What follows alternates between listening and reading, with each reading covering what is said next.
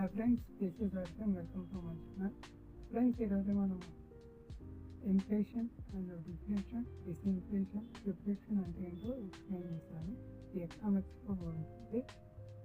First of all, inflation అంటే మనము ఏదైనా ఒక ప్రోడక్ట్ని, ఒక బిస్కెట్ ప్యాకెట్ కానీ, ఒక పెన్ కానీ, ఇప్పుడు 10 రూపాయలు అన్న పెన్ కానీ, బిస్కెట్ ప్యాకెట్ కానీ నెక్స్ట్ ఇయర్కి వచ్చే వరకు ఒక 15 రూపీస్ అవుతుంది. దాన్ని ఇన్ఫ్లేషన్ అంటారు. ఇక్కడ 5 రూపాయలు పెరిగిందన్నమాట, దీన్ని ఇన్ఫ్లేషన్ అంటారు. ఇలా ధరలు, కూరగాయలు కానీ, మన ప్రోడక్ట్స్, కన్జ్యూమర్ ప్రోడక్ట్స్ పెరిగే వాటిని ఇన్ఫ్లేషన్ అంటారు. పెరుగుతూ పోయేదాన్ని ఇన్ఫ్లేషన్ అంటారు. నెక్స్ట్ వచ్చి డిస్ఇన్ఫ్లేషన్ అంటారు. డిస్ఇన్ఫ్లేషన్ అంటే మనం కూరగాయల ధరలు కానీ, ఒక ప్రోడక్ట్ ధర కానీ పెరుగుతుంది, కానీ ఆ పెరిగే క్రమంలో ఇన్ఫ్లేషన్లో సగం పెరుగుతుంది అన్నమాట. ఇప్పుడు పెన్ను ధర 5 రూపాయలు ఉంది, 10 రూపాయలు ఉంది కదా, నెక్స్ట్ ఇయర్ వచ్చి 15 రూపాయలు అయింది. కానీ డిస్ఇన్ఫ్లేషన్తో పెన్ను ధర ఒక ఇయర్ 10 రూపాయలు ఉంటే నెక్స్ట్ ఇయర్ వచ్చి 15 రూపాయలు ఉంటుంది. అదే ఇన్ఫ్లేషన్లో అయితే నెక్స్ట్ ఇయర్ 20 ఉంటుంది. కానీ డిస్ఇన్ఫ్లేషన్లో 17.5 రూపీస్ ఉంటుంది, అంటే 2.5 రూపీస్ పెరిగింది. నెక్స్ట్ ఇయర్ 2.5లో సగం అన్నమాట.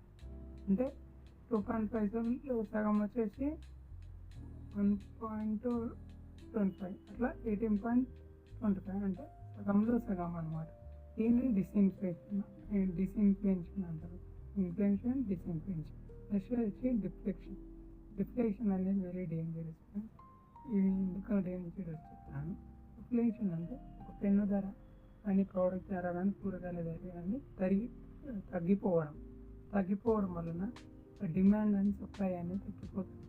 ఎలా, ఎందుకు ప్రమాదం అంటే, ఇప్పుడు డిమాండ్ అండ్ సప్లై, అమ్మకాలు కొనుగోలు జరగకపోతే మనం పండించే వరి కానీ, ప్రోడక్ట్స్ కానీ అవి మ్యానుఫ్యాక్చరింగ్ ఆపేస్తాం.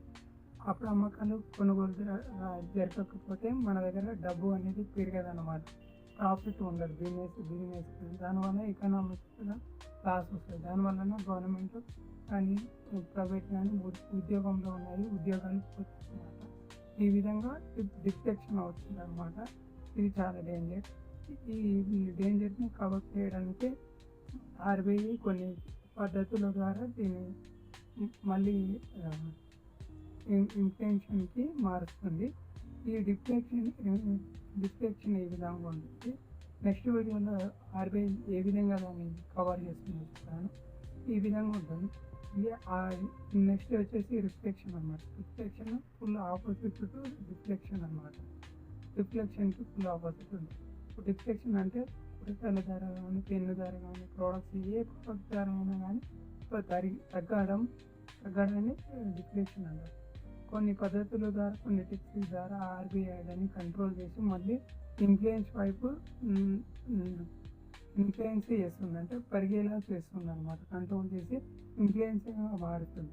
ఈ పద్ధతిని రిఫ్లెక్షన్ అంటారు అన్నమాట. రిఫ్లెక్షన్ అంటారు.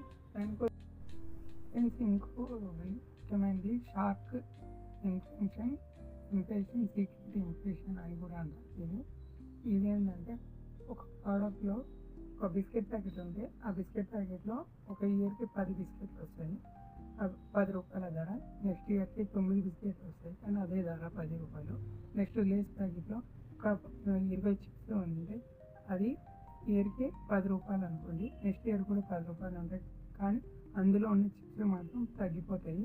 ఈ విధంగా ఒక ఫ్లైట్ కానీ, ఒక బస్సు కానీ ఎక్కినప్పుడు సేమ్ టికెట్ ప్రైస్ ఉంటుంది, కాకపోతే అందులో ఉన్న సదుపాయాలు డిక్రీజ్ అవుతాయి. దీన్ని సీక్రెట్ ఇన్ఫ్లేషన్ లేదా షార్ప్ ఇన్ఫ్లేషన్ లేదా ఇన్ఫ్లేషన్ అనేది ఎలా మెజర్ చేస్తారంటే, సిపిఐ అంటే కన్జ్యూమర్ ప్రైస్ ఇండెక్స్ ద్వారా దాన్ని క్యాల్కులేట్ చేస్తారు. అది ఎంత ఇన్ఫ్లేషన్ అవుతుంది ఇయర్కి, దాన్ని బట్టి మనల్ని మెజర్ చేస్తారు.